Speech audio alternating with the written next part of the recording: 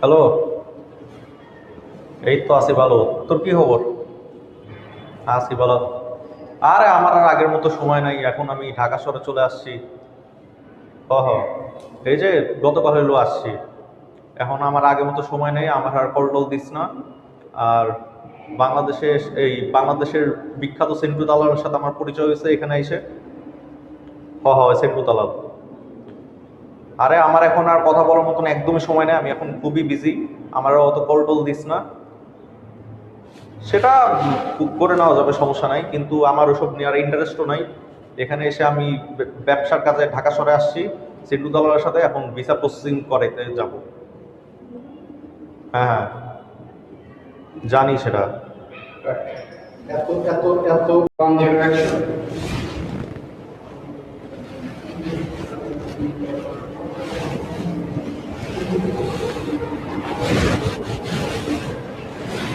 Finally সবকিছু চলে এলো আমার হাতের মুঠোয়।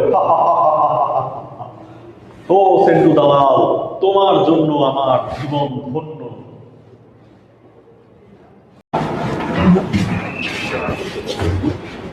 কি বুঝলাম ছোট ভাই? বুঝলাম তো বাকি নাই, অনেক কিছুই বুঝলাম। এখন বুঝছো আমি কি? ও ভাই, বুঝলাম। সামনে আরো সেই সেই একখান মাল। এই তো সামনে আরো দেখানো বাকি আছে, চলো। সেটা তো অবশ্যই। এখন আমি বললাম ভাই এই শাওয়ার ব্যবসা তো চলে না, ডিশের ব্যবসায় আরেকজনের বাড়িতে 200 টাকা। ঠিক আছে, ওকে ওকে। কিছুক্ষণ আগে প্রেমের গল্পের মতো ছোট ভাই, অফিস তো দেখলা, এখন কি দিয়ে আপ্যায়ন করুন তোমারে কও? চা বিস্কিট যা পারেন। হ্যাঁ দৌড় মিয়া, তুমি তো মিয়া একটা ছোট লোক মিয়া। চা বিস্কিটের মিয়া, এই তুমি কার অফিসে আইছো তুমি এটা বুঝো? সেটাও বুঝলাম, কিন্তু আমি যেটাতে অভ্যস্ত সেটাই মুখে আসলো। আরে ভাই, তুমি সেন্টুর অফিসে আসছো, সেন্টু। ঠিক আছে, তোমারও তো আমি মিয়া নাগার পাস্তা, বার্গার, স্যান্ডউইচ, ঠিক আছে, এইসব খাওয়াবো মিয়া। তুমি কি মিয়া, চা চা তো মিয়া ফুটপাতের দোকানে খায় মিয়া। আমি তোমার দাঁড়াও দামি রেস্টুরেন্টে নিয়ে যেতেছি। শুনছিলাম ভাই ঢাকা শহর নাকি ক্যাপাচিনো কফিটা বেশি চলে, ওইটি খাওয়াতে পারবেন? আরে ভাই তুমি তো তাও চিনো। আচ্ছা শুনো, জি ভাই। ঘটনা হয়েছিল, তুমি তো ওই কয়টা দিন ধরে মেসে আসো, জি ভাই।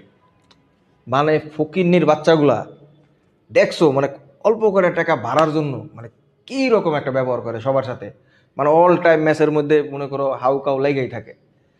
এখন ব্যাপারটা হয়েছে কি, আমার লেভেলটা তো তুমি বুঝলা, এই যে দেখছো কি সুন্দর অফিস। ভাই কাট 10 যখন আমার ইরন মার্কসের সাথে পরিচয় হয়েছে বুঝছো, ইরন মার্কস আমার অফার করলো ওই যে বাংলাদেশে ডিশের ব্যবসা করবো। আমি বললাম ভাই থামেন, ডিশের ব্যবসা ঠাপানোর সময় আছে। তখন কি করলাম, হ্যাঁ আমি পোলট্রির অফার দিলাম, পোলট্রির ব্যবসা। এখন তো পোলট্রির ব্যবসা ভাই, মামায় তো পুরো খুশি। মামা বলতে ইরন মার্কসের আমি দুষ্টামি করে মামা কই আর কি, জি। ব্যাপারটা বুঝছো? জি ভাই। তোমার লগে মনে করো ফ্রি বানাই দেবো। ইরন মার্কস কিন্তু সবার লাগে কথা কয় না।